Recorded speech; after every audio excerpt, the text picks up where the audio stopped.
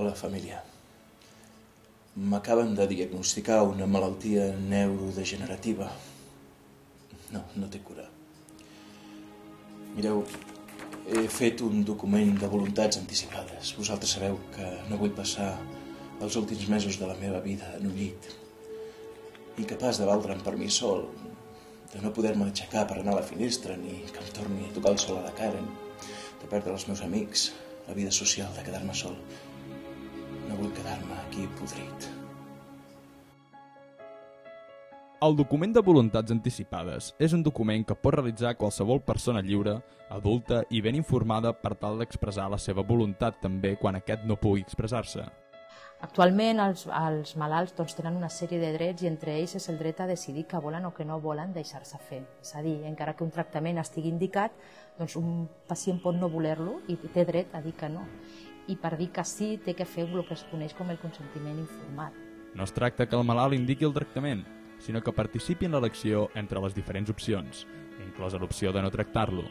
A l'Hospital de Mataró i el del Mar de Barcelona han realitzat un estudi sobre el coneixement i ús dels documents de voluntats anticipades mitjançant entrevistes als pacients amb patologies neurodegeneratives. La base de l'estudi va ser entrevistar personalment els malalts. Una sèrie d'entrevistadors van fer una entrevista personal i es valoraven diferents aspectes del malalt. Quants anys portaven d'evolució, si estaven molt incapacitats per la seva malaltia i com vivien aquesta incapacitat. És a dir, si eren feliços, diguem-ne o no, amb la seva situació.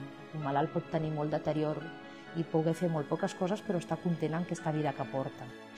I després li preguntàvem sobre el que coneixia de la seva malaltia o del que podia esperar en l'evolució de la seva malaltia, si sabia o si intuïa què podia passar-li al llarg de l'evolució de la malaltia.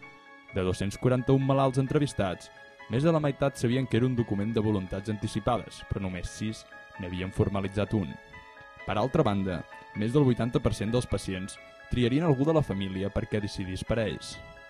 El coneixement d'aquest tipus de documents augmenta en funció del nivell d'estudis, el coneixement de la pròpia infermitat i la percepció que el malalt té de la gravetat de la mateixa. De l'estudi també es desprenen que els pacients es mostren disposats a participar en la presa de decisions respecte al seu tractament i accepten els diàlegs sobre el tema. No obstant això, en la pràctica aquests són molt més escassos. Els metges pensem que els malalts no volen saber, no volen participar, encara tenim una actitud molt paternalista i penso que hem de canviar aquesta mentalitat, hem de pensar que el malalt té dret a decidir i té dret a participar i que per participar i decidir ha d'estar informat.